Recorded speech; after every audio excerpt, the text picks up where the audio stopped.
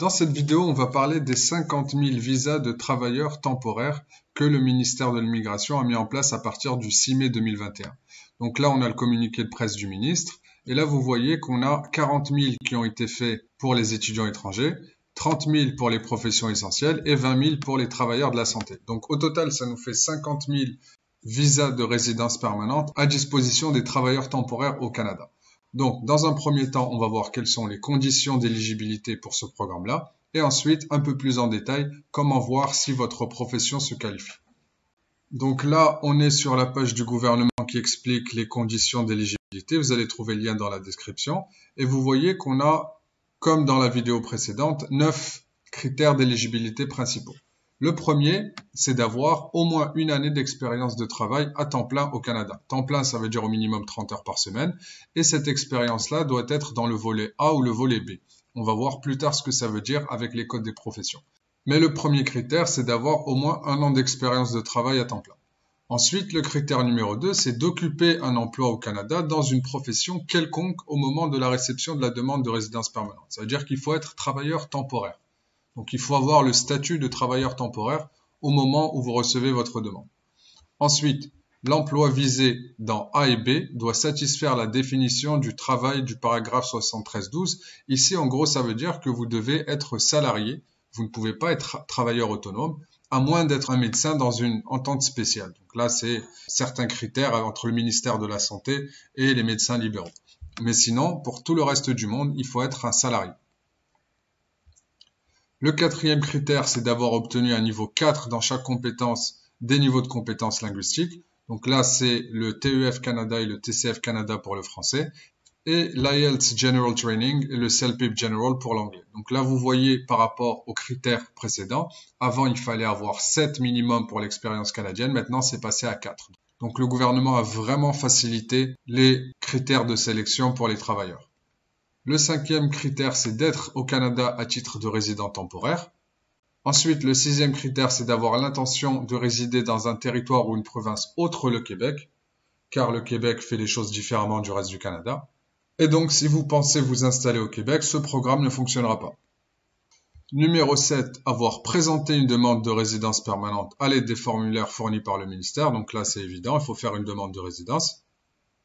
Numéro 8, avoir présenté sa demande de résidence en ligne. Donc, il faut utiliser l'outil de l'entrée express sur le site du gouvernement pour faire ça.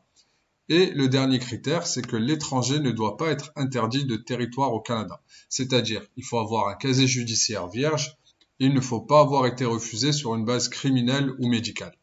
Donc, ça, ce sont les conditions d'éligibilité pour les demandeurs principaux. Donc, la personne qui est travailleur temporaire aujourd'hui au Canada et qui veut demander son visa de résidence permanent. Si vous avez des membres de la famille qui sont soit avec vous au Canada, soit à l'extérieur, vous pouvez voir les conditions et les critères d'éligibilité ici pour ces membres de la famille-là.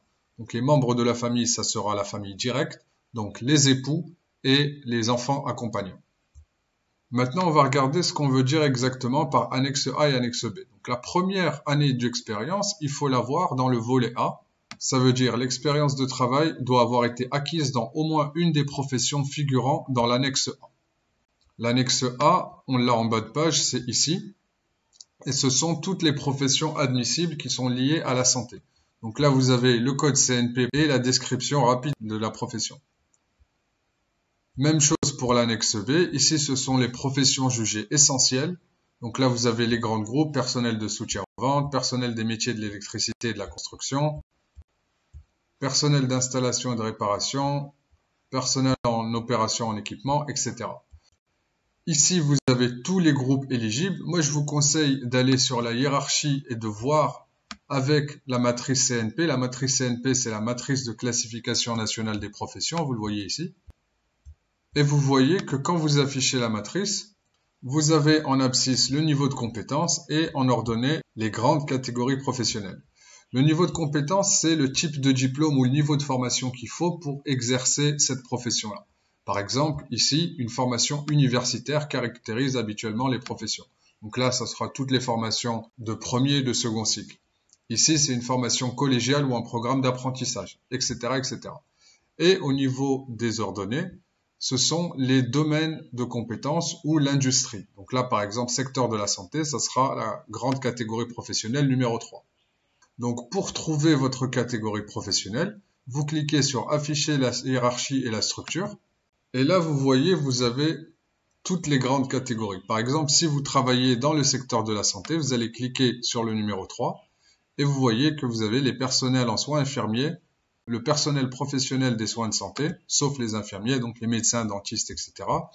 Le personnel technique des soins de la santé et le personnel de soutien aux services de santé. Quand vous cliquez dessus, vous aurez encore une fois plus de détails, assistante dentaire, aide infirmier, autres personnels, etc. Donc c'est comme ça que vous trouvez votre profession. La profession CNP elle a 4 chiffres, donc assurez-vous que vous avez la bonne et quand vous avez le code, vous revenez sur cette page-là et vous vérifiez si ça fait partie ou non de l'annexe A ou de l'annexe B. Voilà, pour revenir un peu dans le contexte, le gouvernement du Canada lance ce programme du 6 mai au 5 novembre 2021, ou jusqu'à ce que les 50 000 visas de résidence permanente soient atteints. Donc le but, effectivement, c'est de pallier au manque d'immigration causé par la fermeture des frontières et d'atteindre l'objectif de 401 000 nouveaux immigrants résidents permanents en 2021. Voilà, c'était Hassan, j'espère que vous avez trouvé la vidéo utile. Si vous avez des questions, vous pouvez les mettre en commentaire. Et si vous avez aimé et vous voulez entendre plus sur l'immigration au Canada, abonnez-vous à la chaîne et laissez-moi un petit pouce bleu, ça fait toujours plaisir. Merci, bye bye.